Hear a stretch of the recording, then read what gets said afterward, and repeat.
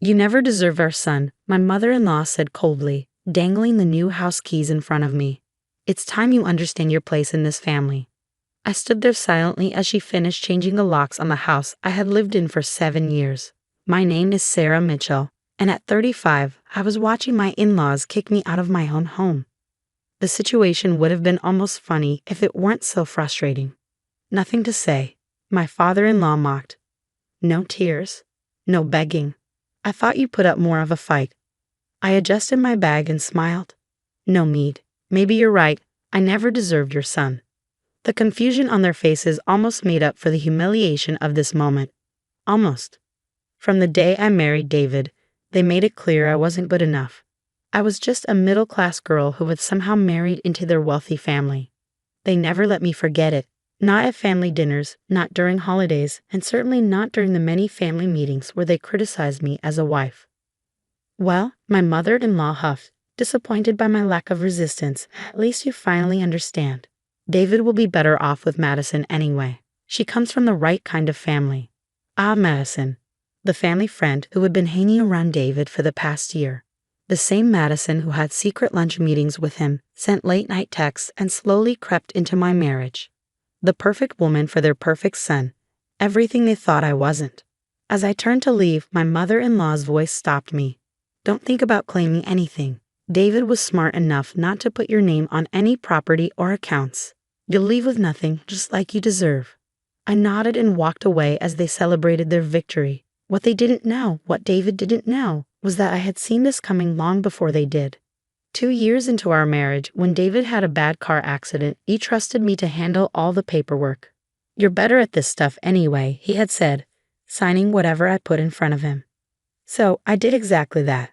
I handled everything, including transferring the house into my name. Not out of greed, but because I knew what his parents were capable of. I loved David, but I wasn't naive. I protected myself. Now, as I walked away from the house I legally owned, I pulled out my phone and called my lawyer. "Julia, it happened just like we expected. Yes, they changed the locks. No, I didn't tell them about the deed. Let's move forward." I checked into the Four Seasons. Might as well be comfortable while the storm brewed. Julia had advised me to document everything.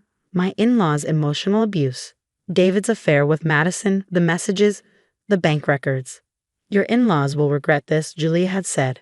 And David, well, he made his choice. I'd ordered room service and opened my laptop, checking the security cameras I had installed in the house months ago. The live feed showed my in-laws settling in, probably planning how to redecorate now that I was gone. A text popped up from David. "Mom said you finally left. It's better this way. Madison and I can be together now. I'll have my lawyer contact you about the divorce." I didn't reply. Instead, I forwarded it to Julia to add to our case file. 3 days. That's how long Julia said it would take to finalize everything. 3 days before they realized their mistake. Sipping my wine, I watched the sunset from my hotel room. Soon, David and his parents would learn the truth. The house, the cars, even his boat. They were all mine. Legal, documented, and untouchable. My grandmother always said, I murmured, raising my glass, "The best revenge is letting people think they've won." I smiled. In 3 days, they would understand why I hadn't fought back. I had already won. That night, I slept better than I had in months.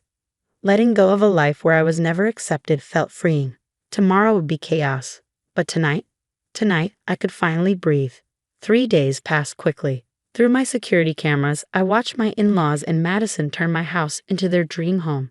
They replaced my photos, moved my things to the garage, and acted like I never existed. On the 4th morning, I got dressed in my favorite black dress, styled my hair, and headed to meet Julia at the courthouse. It was time. "Everything's ready," Julia said, handing me a stack of papers. "The police will meet us there. Are you sure you want to do this publicly?" I nodded. They humiliated me in front of everyone. It's only fair they learn their lesson the same way. We arrived just as David's car pulled into the driveway. Right on time. 2 police cars and a locksmith van followed. David stepped out with Madison beside him, his confident smile fading as he saw us. "What's this?" he asked. "Sarah, if you're trying to make a scene." Julia stepped forward. "We're here with a court order. This property belongs solely to Mrs. Mitchell.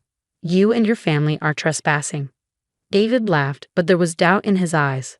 That's ridiculous. This is my house. I bought it. With my money, I said. And you signed it over to me while you were recovering. Remember those papers you didn't bother to read? His face went pale just as his parents came outside. What's going on? My mother-in-law demanded.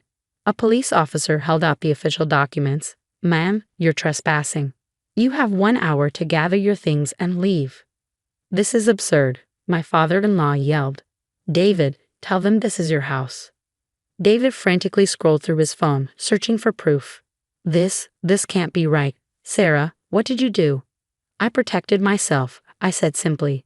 Just like you tried to protect yourself by keeping my name off everything. But you didn't read the fine print. You signed everything over to me. Madison grabbed David's arm. Baby, they can't do this.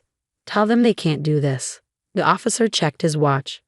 53 minutes left. My mother-in-law lunged at me, face twisted with rage. Careful, Julia warned. Everything is being recorded. You've already committed illegal entry. Want to add assault to the list? The next hour was chaos. My in-laws scrambled to grab whatever they could while the police watched. I stood by my car, calm, as their perfect plan collapsed. The cars too, Julia said as David tried to get into his BMW. The boat, the vehicles, everything is in Mrs. Mitchell's name. You can't take everything, he shouted. I earned that money. I opened a folder. Here are bank statements showing how you've been draining our accounts for your secret life with Madison. And here's proof of the money your parents tried to transfer out last week. Should I keep going? Their faces showed pure defeat. Madison was already calling in Uber, suddenly uninterested now that David had nothing. As they loaded their last belongings into my father-in-law's car, the only one in their name, David turned to me. Why? He asked, his voice hollow. Why did he just tell me you knew? I looked at him for the first time in months. Because you didn't deserve a warning. You and your family spent years making me feel small, like I wasn't enough. You never thought I was smart enough to protect myself. That was your mistake. The locksmith finished changing the locks, ones only I had the keys to. Julia handed David an envelope. Divorce papers, she said. Mrs. Mitchell is filing on grounds of adultery and financial misconduct. You'll need a good lawyer.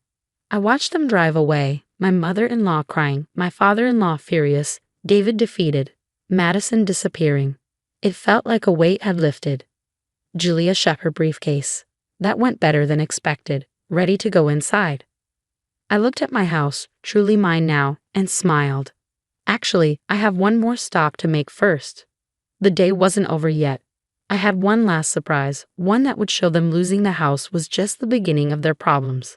That evening, while David and his family were probably scrambling to find hotel rooms, I sat in the office of James Parker, my mother's old friend and the executor of her estate. The same estate my in-laws never knew existed. The timing couldn't be better, James said, spreading documents across his desk. Your mother would be proud of how you handled everything. What my husband and his family never bothered to learn about me was that my middle-class background was a choice, not a reality. My mother had been a silent investor in multiple real estate developments, leaving me a substantial inheritance when she passed. I kept it quiet, living modestly, wanting to build a genuine relationship with David. The trust becomes active tomorrow, James continued. Now that you're filing for divorce, there's no reason to keep it separate anymore. The properties, investments, everything transfers to your control. I picked up my mother's old photo from his desk, smiling at her confident expression. She always warned me to keep something for myself, to maintain my independence no matter what. Never let anyone make you feel small, she'd said. Just let them think they're bigger than you until they prove they don't deserve your trust. My phone buzzed. A message from Julia. David's parents had tried to access their retirement accounts, only to discover their recent financial manipulations had triggered a fraud investigation. Their attempts to help David hide money from me during the divorce had backfired spectacularly. Should we proceed with the press release?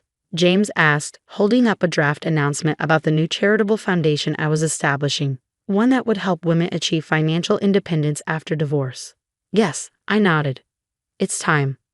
The next morning, while having breakfast at my favorite cafe, I watched as the announcement hit the local news. The Mitchell Family Foundation, named after my mother, not my soon-to-be ex-husband, would be offering grants, legal assistance, and support to women rebuilding their lives. David's sister called first, surprisingly. I had no idea, she said quietly, about any of it, what they did to you, who you really were. I'm sorry I didn't stand up for you. Thank you, I replied sincerely. She'd been the only one who'd occasionally shown me kindness. Would you like to help with the foundation? We could use someone who understands family dynamics. By evening, the story had spread through our social circle. The same people who'd watched silently as my in-laws humiliated me, who'd turned a blind eye to Madison and David's affair, were suddenly flooding my phone with messages of support and congratulations. I declined all their calls except one, from my elderly neighbor, Mrs. Chen, who'd been the only person to warn me about Madison's frequent visits while I was away. You did good, girl, she said warmly. Your mother would be proud. A week later, I received a letter from David. He wrote about regret, about realizing too late what he'd lost, about hoping someday I could forgive him. Madison, he mentioned, had already started dating someone else. Someone with an actual fortune, not just the appearance of one. I didn't reply. Instead, I focused on renovating my house, removing all traces of their presence. Each room I redesigned felt like reclaiming a piece of myself. The foundation's first grant recipient was a woman who reminded me of myself, someone whose in-laws had tried to bully her out of her home. Helping her stand up for herself felt like turning my pain into purpose. 6 months later, I ran into my former mother-in-law at the grocery store. She looked older, tired. The fraud investigation had cost them their reputation and most of their retirement savings. She started to turn away but then stopped. You won, she said simply. You had the power all along and we never saw it. No, I corrected her. I didn't win. I just stopped letting you make me lose. As I drove home that evening, I thought about everything that had happened. My mother had taught me that true strength isn't about fighting every battle. It's about knowing which ones are worth fighting and being prepared when they come. I parked in my driveway, looking at my beautiful home, now truly mine in every way. The garden was blooming with the roses I'd planted, my favorite wind chimes tinkled in the breeze, and through the window, I could see the family photos I'd restored to their rightful place. Inside, on my desk, lay the final divorce papers ready to be filed. Beside them sat the foundation's latest grant applications, more women seeking the chance I'd had, the opportunity to stand on their own feet. Sometimes the best revenge isn't about getting even. It's about building something beautiful from the ashes of what others tried to destroy. My in-laws had wanted to break me, but instead, they'd helped me build something stronger than I'd ever imagined. And that was worth more than any house or inheritance could ever be.